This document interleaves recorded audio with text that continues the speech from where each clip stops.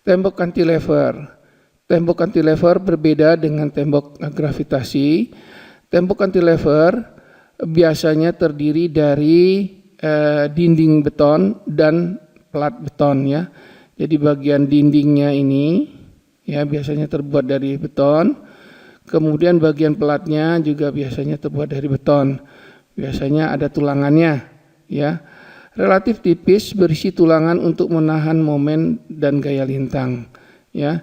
Jadi nanti akibat tekanan tanah ini akan terjadi momen di konstruksi tembok cantilever dan gaya lintangnya juga ada ya. Nah, berbeda sedikit dengan tembok gravitasi, tembok cantilever menahan tanah dengan terjepitnya plat di belakang tembok ini, di belakang dinding ini. Ya, jadi makin tegangan atau tekanan tanah akan besar. Untuk menahan tembok, kita akan harus membuat plat yang di belakang ini sedemikian rupa panjangnya sehingga terjepit dan dindingnya bisa menahan tekanan atau gaya tanah horizontal. Ya. Nah, seperti biasa, sebelum kita menyatakan atau menghitung berapa stabil atau tidaknya tembok ini, kita harus menentukan tinggi dari tembok. Ya, kita tetapkan dulu tinggi dari tembok H. Nah, H ini biasanya tergantung dari kemiringan dari tanahnya sendiri. Jadi kalau tanahnya curam tentu hanya akan tinggi, tanahnya agak landai tentu hanya akan lebih rendah. Ya. Nah, berdasarkan H ini kita bisa menetapkan bagian alas ya atau lebar dari telapak tembok ini ya.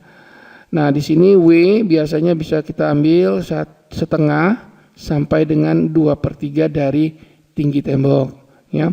Begitu juga bagian yang plat yang menonjol ini bisa kita ambil 1 sampai dengan 1,5 dari tebal platnya sendiri. Tebal platnya sendiri kita bisa ambil 1/12 sampai dengan 1/10 dari tinggi tembok ya. Begitu juga lebar dinding yang bagian bawah ini bisa kita ambil juga 1 sampai dengan 1,5 dari tebal plat ya. Sedangkan bagian atas biasa kita ambil 20 sampai 30 cm saja ya. Nah, sama halnya dengan tembok gravitasi.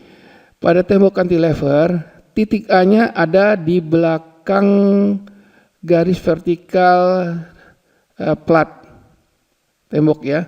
Jadi beda sedikit karena kita akan mengatakan bahwa bagian tanah di belakang tembok atau dinding ini di atas plat tembok yang di belakang itu masuk sebagai konstruksi karena berat tanah di sini akan diperhitungkan sehingga plat ini akan terjepit ya. Dengan terjepitnya plat, tekanan tanah horizontal akan bisa ditahan oleh dinding dari tembok cantilever ini ya.